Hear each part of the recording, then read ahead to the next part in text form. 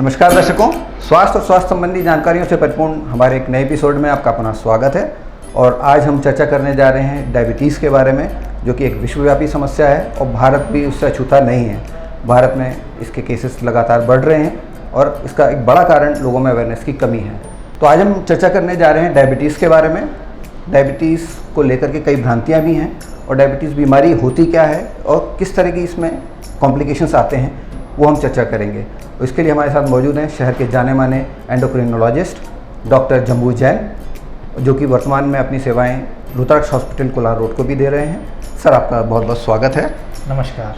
और सबसे पहले हम जानना चाहेंगे कि ये जो डायबिटीज़ है, इसको आप किस तरह से देखते हैं, ये एग्जैक्टली है क्या?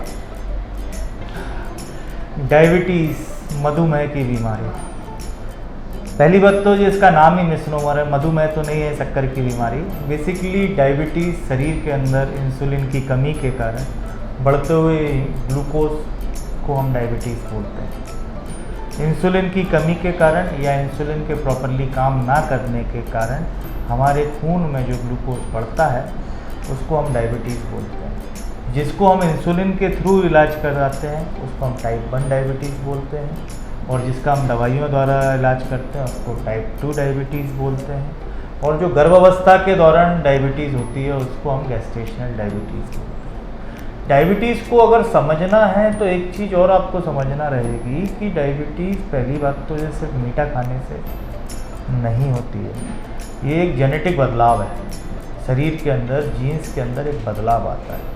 और उससे भी पहले हम मेटाबॉलिकली उसको समझें तो एक चीज़ क्या होता है कि जब भी हम खाना खाते हैं, हमारा खाने में हमने रोटी खाई, सब्जी खाई, दाल खाया, चावल खाया, veg, non veg, cold drink, दूध वगैरह, ये सारी चीज़ें ली। शरीर को इन सब चीज़ों से कोई मतलब नहीं रहता। शरीर उसमें से जो ग्लूकोज एक्सट्रैक्ट करना रहता है वो ग्लूकोज एक्सट्रैक्ट करता है एज ए एनर्जी सोर्स है, वो ऊर्जा के लिए, और उसको खून में भेजता है। जब वो खून में जाने लगता है तो हमारी पैनक्रियाज से इंसुलिन नाम का एक हार्मोन निकलता है। इंसुलिन उस ग्लूकोज को पचाता है, हमको ताकत आती है।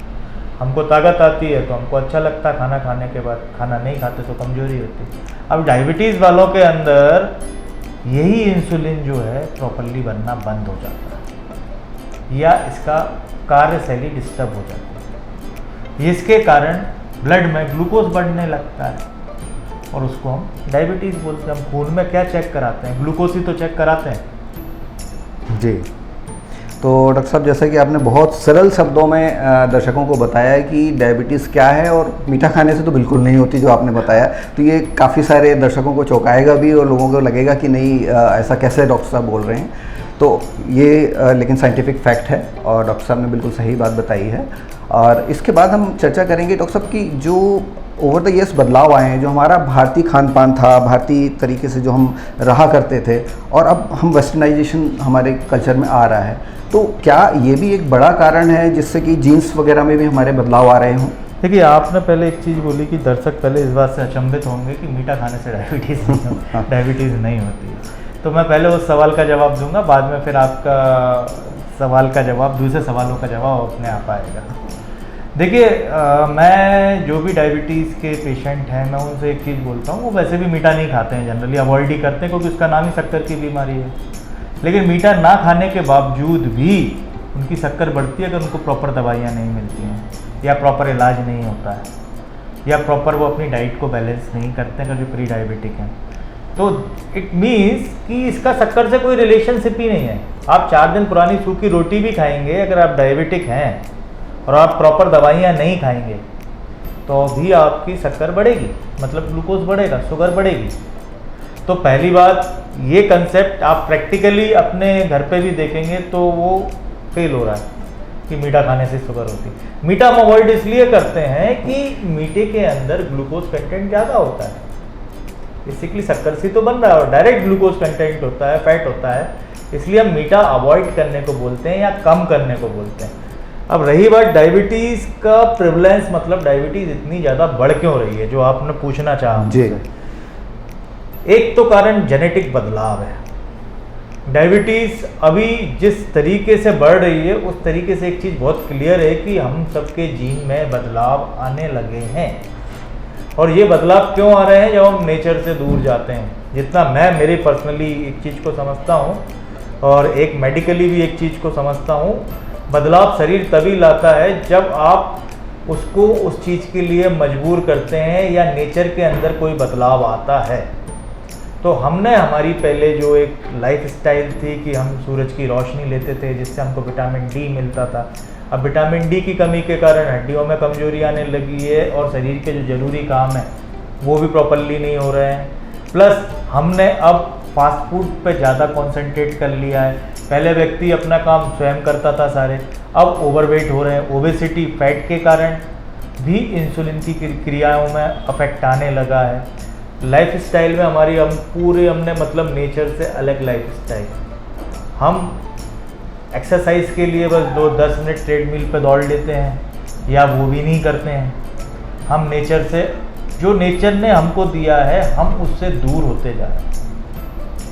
मेरे और जो रिसर्च है, मेरा प्रैक्टिकल जो अनुभव है, मैं हर व्यक्ति से बोलना चाहूँगा, अगर आपको डायबिटीज़ से अगर बचना है या इस जेनेटिक बदलाव से बचना है तो पहले तो एक संतुलित आहार, फास्ट फूड की तरफ ज़्यादा नहीं भागना है। जो संतुलित आहार हमारे घर में बनता था, रोटी सब्जी दाल चावल सलाद फल वगैरह, ये नॉर्मल खाना है, ये खाइएगा। दूसरी बात, एक्सरसाइज।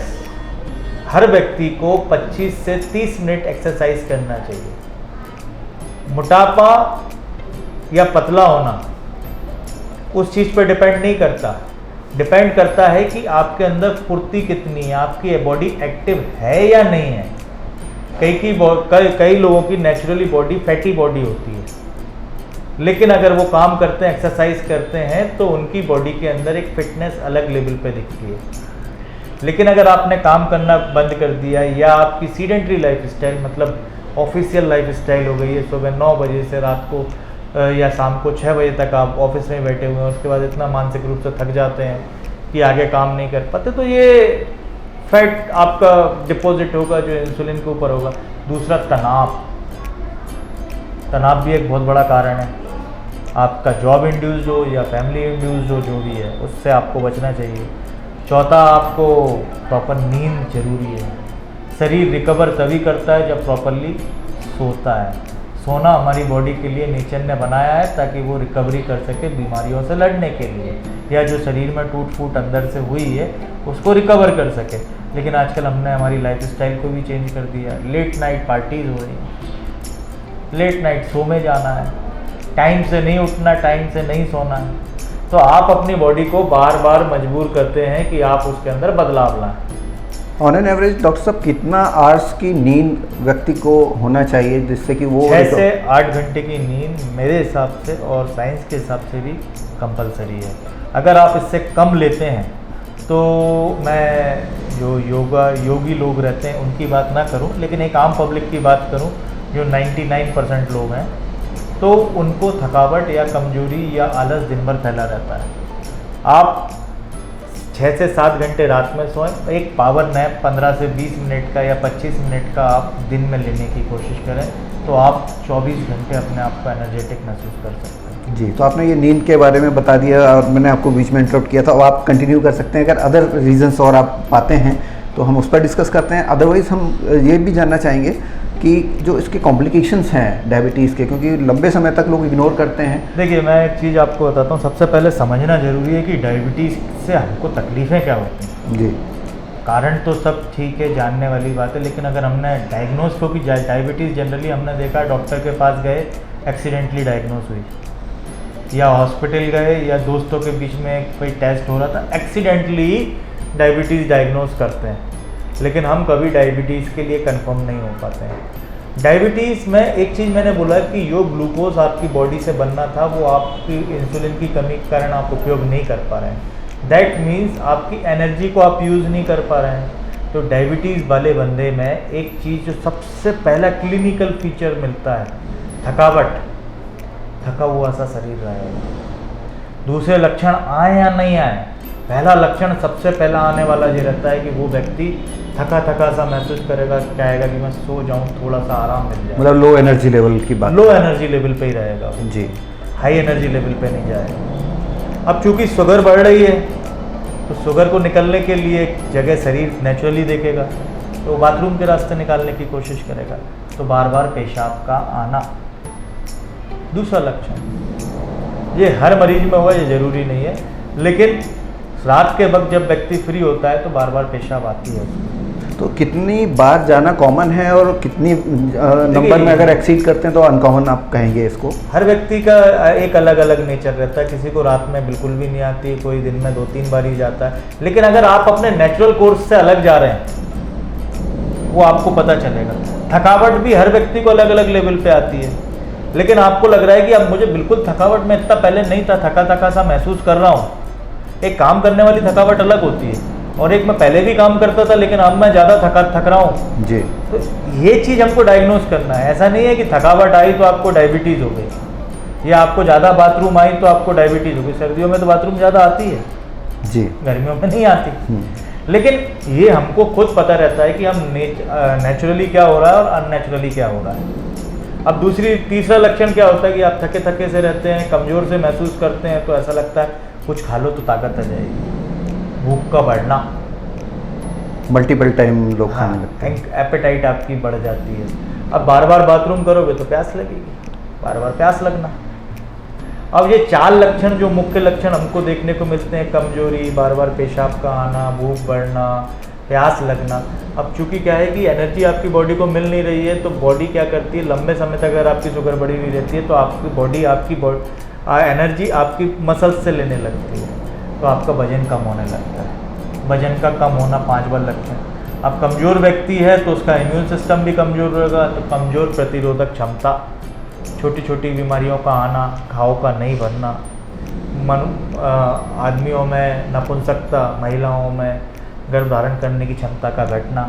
अगर यही लंबे समय में हो तो थक्का जमने लगता है कोलेस्ट्रॉल के साथ मिलके, तो आपके हार्ट अटैक है, हार्ट फेलियर होता है। डायबिटिक कार्डियोपैथी, नहीं तो गुर्दा खराब होगा। डायबिटिक नेफ्रोपैथी, हाथ पाँव में झुनझुनी आना। डायबिटिक न्यूरोपैथी, आँखों की रोशनी कम होना या रेटिना पे अफेक्ट आना पर्दे पे, तो डायबिटिक रेटिनोपैथी, या दिमाग में थक्का या पैरालिसिस होना, CVA अटैक। इसलिए डायबिटीज़ का इलाज और डायबिटीज़ की जानकारी बहुत ज़रूरी है, क्योंकि डायबिटीज़ सिर्फ आपको कमज़ोर अकेली नहीं करेगी, आपकी लाइफस्टाइल को ख़राब अकेली नहीं करेगी। लंबे समय तक अगर डायबिटीज़ अनकंट्रोल्ड रही तो ये आपको बिस्तर पे भी ला सकती है और आपकी पूरी लाइफ को डिस्टर्ब कर सकती है। इसलिए बड़ी बड़ी कॉम्प्लिकेशन से अगर आपको बचना है तो इसको पहले से डायग्नोज करें, इसके बारे में अपना ज्ञान को बहुत अच्छा रखें। तो डॉक्टर साहब आपने बहुत अच्छी जानकारी दी, और ये जानकर के लोगों को अवेयर हो जाना चाहिए, सजग हो जाना चाहिए कि डायबिटीज़ बीमारी कहने को एक है, लेकिन ये हमारे शरीर के तमाम अंगों को अफेक्ट करती है अगर लंबे समय तक हम इसको इग्नोर करते हैं। तो आज के एपिसोड में हम डॉक्टर साहब से यहीं विदा लेना चाहेंगे, और अगर आपके डायबिटीज़ से रिलेटेड कुछ क्वेश्चंस हैं तो आप हमें कमेंट बॉक्स में लिख के भेज सकते हैं। हम जल्दी डॉक्टर साहब से अगली मुलाकात में आपके प्रश्नों के जवाब लेने की कोशिश करेंगे। आज का एपिसोड हम यहीं समाप्त करते हैं। बहुत बहुत धन्यवाद। धन्यवाद डॉक्टर साहब।